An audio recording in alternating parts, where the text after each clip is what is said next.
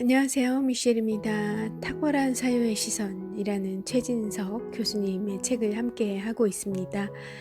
우리가 꿈꾸는 시대를 위한 철학의 힘이라는 부제를 갖고 있는 책이고요. 이 부제만큼 정말 철학의 힘을 보여주고 계십니다. 그리고 이 시대를 위한 이 시대에 요구되는 더 강력히 요구되고 있는 그 철학의 힘을 책에서 설파하고 계시고요. 오늘은 마지막 챕터, 책 전체 중에 마지막 챕터를 함께 할까 해요. 이 마지막 챕터는 문답 형식, 교수님께 질문을 드리고 그에 이제 교수님께서 답을 하시는 형식으로 기술된 부분이고요. 앞서 녹음과 마찬가지로 여러분들께서 또 저도 가능한 이 교수님의 메시지에 한 번 더 집중하고 싶어서 제 사견을 섞지 않고 있는 내용을 그대로 읽어보겠습니다. 전체를 풀로 읽게 될지 아니면 이제 길이, 녹음 분량 이런 것들에 따라서 제가 좀 스킵하고 또 핵심적인 메시지가 보이는 그런 부분들에 집중을 해서 읽게 될지 저 아직 잘 모르겠어요. 그런데 제게 또 그런 능력이 있더라고요. 중요한 부분들을 짚어내는 저만의 능력. 저에게만 중요한 부분일 것 같긴 하지만 아무튼 저의 그런 초이스들을 같이 한번 즐겨보셔도 좋을 것 같습니다.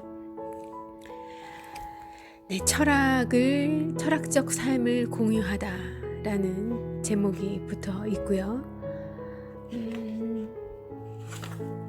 눈길이 가는 문장을 순자 권학편에 나오는 글을 먼저 읽고 시작하겠습니다. 흙을 쌓아 산을 이루면 거기에 바람과 비가 일어나고, 물을 쌓아 연못을 이루면 거기에 물고기들이 생겨나고, 선을 쌓고 덕을 이루면 신명이 저절로 얻어져서 성인의 마음이 거기에 갖춰진다. 네, 이런 부분입니다. 지적 작업을 하는 사람들이 빠지기 쉬운 오류는 지적 세계를 참세계로 오해하는 것입니다. 진리성이 없는 것은 아니지만 지적 체계는 모두 실제하는 세계를 반영한 것들이라는 점이 중요합니다. 그래서 주도권은 항상 세계에 두어야지 지식에 두어서는 안 됩니다. 지식의 주도권을 주는 한 고정된 지식 체계로 세계를 가두고 정지시키는 일을 할 수밖에 없습니다. 지적 체계로 유동적 세계를 먹어버리려고 해서는 안 됩니다.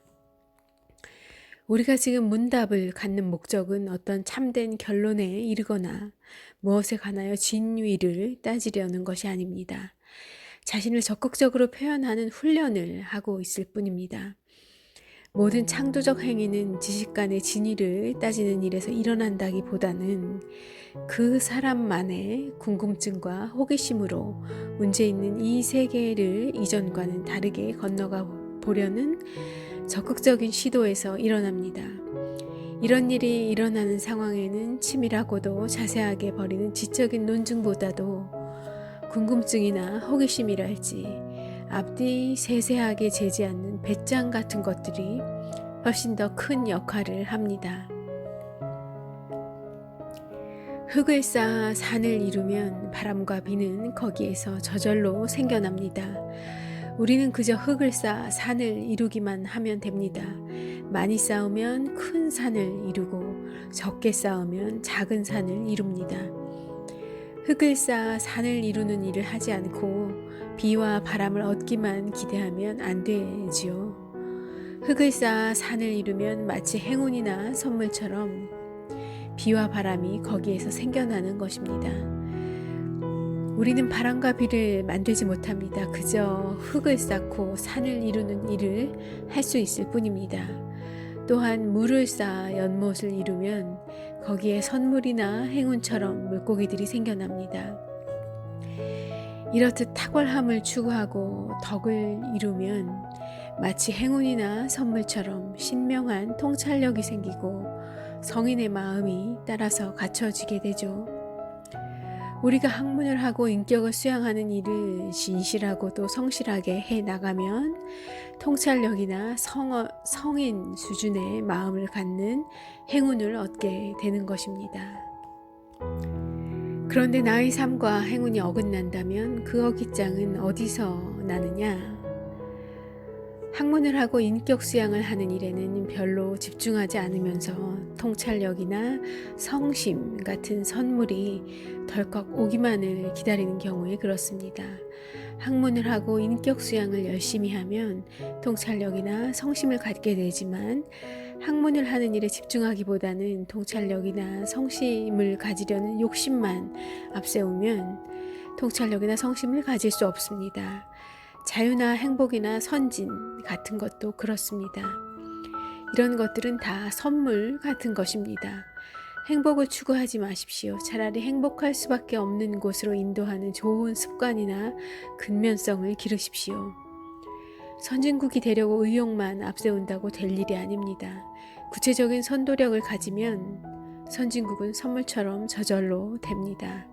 그러니 우리는 정말 진실하고도 성실하게 흙을 쌓고 산을 이루고 있는지, 정말 진실하고도 성실하게 물을 쌓아 연못을 이루고 있는지, 정말 진실하고도 성실하게 탁월함을 추구하고 덕을 이루고 있는지, 그것만을 예민하게 경계하며 살아야 하는 것입니다. 분명한 것은 적토성산하지 않고서는 그 어떤 것도 이룰 수 없다는 것입니다. 우선 창의성을 이야기해 보죠. 성숙되고 독립된 주체가 발산하는 것이 창의성이고 상상력입니다. 그런데 상상력이나 창의력은 발휘하는 것이 아니라 튀어나오는 것입니다. 상상력이나 창의력은 그것들이 튀어나올 정도로 내면이 준비되어 있지 않으면 나올 수가 없는 것들이죠. 이때 그 내면을 두텁게 준비하는 과정이 적토성산입니다. 상상력이나 창의력은 적토성산 이후에 얻어지는 행운이나 선물 같은 것들입니다. 창의성이나 통찰력, 인격적 성숙, 이런 모든 문제는 적토성산 후에 자득되는 것이죠. 예컨대 카리스마라는 것도 그렇습니다. 카리스마를 갖고 싶어서 내일부터 카리스마를 발휘해 보려 하면 그게 되나요? 카리스마는 발휘하는 게 아니라 내면에서부터 드러나는 것입니다. 카리스마가 없다는 것은 내면의 준비가 아직 되어 있지 않다는 뜻입니다. 그러니 구태여 카리스마를 가지려고 애쓰지 말고 우선 자신이 이 지구라는 별에서 죽기 전에 하고 가야 하는 자신만의 사명을 발견하고 거기에 몰두하십시오. 그러면 월등한 내면이 갖춰지고 그것으로부터 자연스럽게 향기가 우러나오는데 그것이 바로 카리스마인 것입니다. 정리하자면 자신의 사명을 발견하고 거기에 몰두하는 일이 적토성산입니다. 의도하지 않아도 주어지는 행운이나 선물이 바로 카리스마고요. 내공이 갖춰진 내면은 향기처럼 발산됩니다. 그러니 우리는 우선 각자의 향기를 준비하는 일에 몰두해야 합니다. 자, 다음은 질문입니다. 이번 강의 내내 독립을 강조하셨는데 우리나라가 집단주의 문화라서 독립적이기 어려운 것은 아닐까요? 이런 질문에 대해 교수님은 답을 이렇게 하십니다. 지금 우리는 개인이 자신의 삶에서 독립적 주체로서 발현이 되어야 한다는 주장을 하고 있습니다.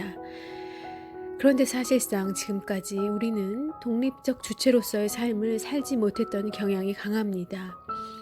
지금까지 우리 삶의 형태는 우리 스스로 구성한 것이라고 보기 어려운 점이 있습니다. 그래서 그 안에서 독립성을 발휘한다는 것이 쉬운 일은 아니죠. 맞습니다. 여기까지는 우리의 상황을 분석한 것일 수 있습니다. 자, 그럼 과연 우리의 상황이 이러하기 때문에 내가 독립적 주체로서 활동하지 않는 것이 모두 정당화될 수 있을까요? 절대 그렇지 않을 것입니다. 그러면 그 안에서 나는 어떻게 해야 하는지를 고민하는 일이 중요하지 않을까요? 중요하다고 생각합니다. 중요합니다. 독립적이지 못하고 종속적 사고에 갇힌 사람들은 주로 상황이나 조건을 탓하면서 자기의 책임성이나 자발성을 적극적으로 발휘하는 도전을 유보해 버립니다. 남 탓으로 돌려버리는 일도 비슷한 맥락일 것입니다. 독립적 주체성을 갖는 것이 분명 우리를 한 단계 더 높은 단계로 끌고 갈 뿐만 아니라 우리를 더 자유스럽게 하는 것이라면 이제 각자의 혁명적 결단이 필요합니다. 이는 자기가 자기 삶을 어떻게 꾸릴 것인가 하는 자기 결정의 문제인 것입니다. 게다가 저는 우리나라의 집단적인 성향이 개인의 독립적 주체로의 성장을 방해할 정도로 아직도 그렇게 강하다고는 생각하지 않습니다. 그런데 만약 혹시라도 집단적 성향이 너무 강해서 독립적 주체로의 성장이 방해받는다면 여러분들은 어떻게 하시겠습니까? 자기 삶의 방식을 변화시켜서 새로운 도전을 해보시겠습니까? 아니면 현상을 탓하면서 살아왔던 방식에 순종하며 그대로 사시겠습니까? 우리는 이제 자기 삶을 통해서 새로운 시도를 해볼 수 있습니다. 또 반드시 해봐야 한다고 봅니다. 자, 마지막으로 이 책의 정말 마지막 문단을 읽어보겠습니다. 제가 앞선 강의에서도 누누이 지적했지만 우리가 접하는 모든 철학적인 저작들은 어떤 철학자가 해놓은 생각의 결과물들인데 우리는 보통 그 생각의 결과물들을 그대로 받아들여 내면화하는 것을 철학하는 것으로 오해하곤 합니다. 하지만 단언컨대 그것은 철학하기일 수 없습니다. 그 생각의 결과들이 어떤 구체적인 세계를 토대로 형성된 것인지를 이해한 후 지금의 세계에서 나에게 포착된 시대의 문제를 지성적인 높이에서 계속 생각해 보는 것이 진정한 의미의 철학입니다.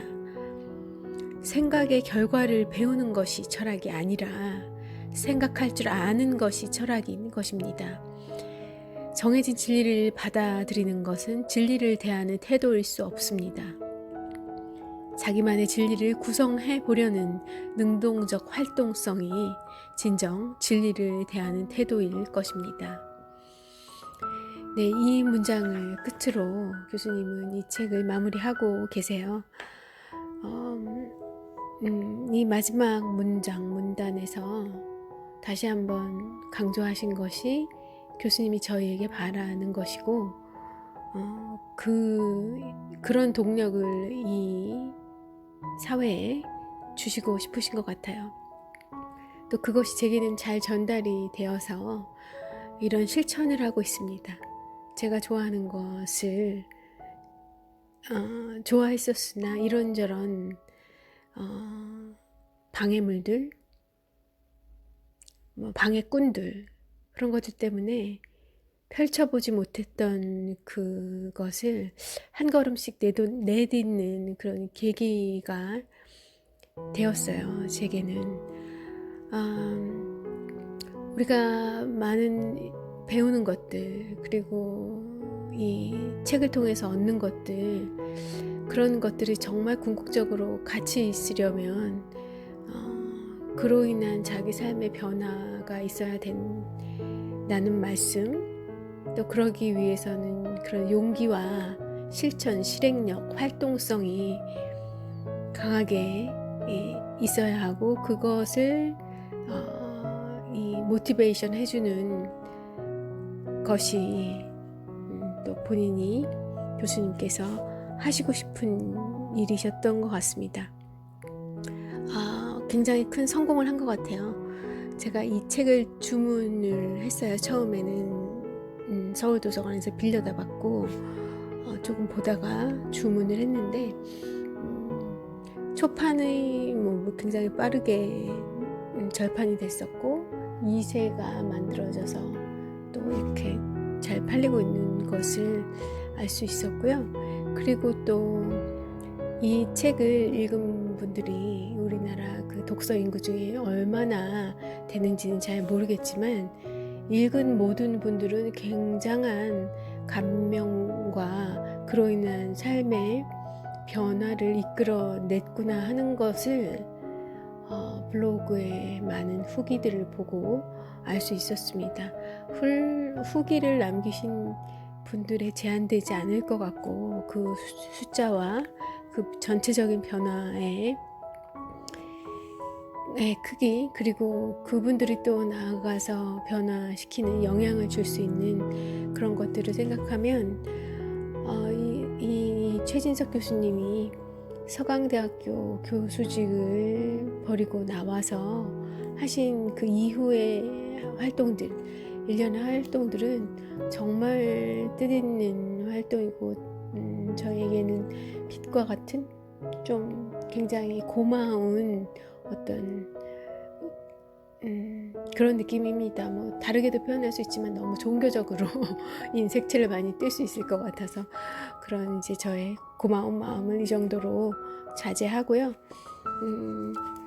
제가 이 책을 굉장히 이 챕터를 오가면서 종횡무진으로 읽었어요. 그리고 또 이 녹음 클립을 만든 것도 굉장히 순서가 없습니다.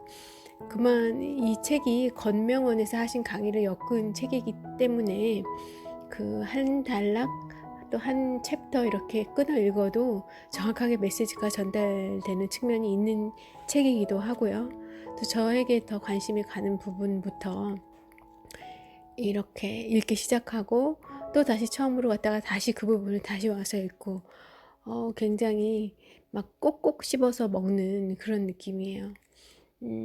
여러분도 인생의 그런 큰 깨우침과 변화의 동력을 이 책에서 찾으실 수 있을 거세요.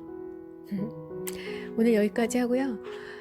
오늘 마지막 챕터를 읽어드리긴 했지만 오늘이 이 책의 마지막 녹음은 아닙니다. 또 다시 눈길 그 표시해둔 챕터들이 여럿 있어요. 그런 부분들을 일부분이지만 같이 낭독하면서 소개해 드리겠습니다. 좋은 하루 되시길 바랍니다.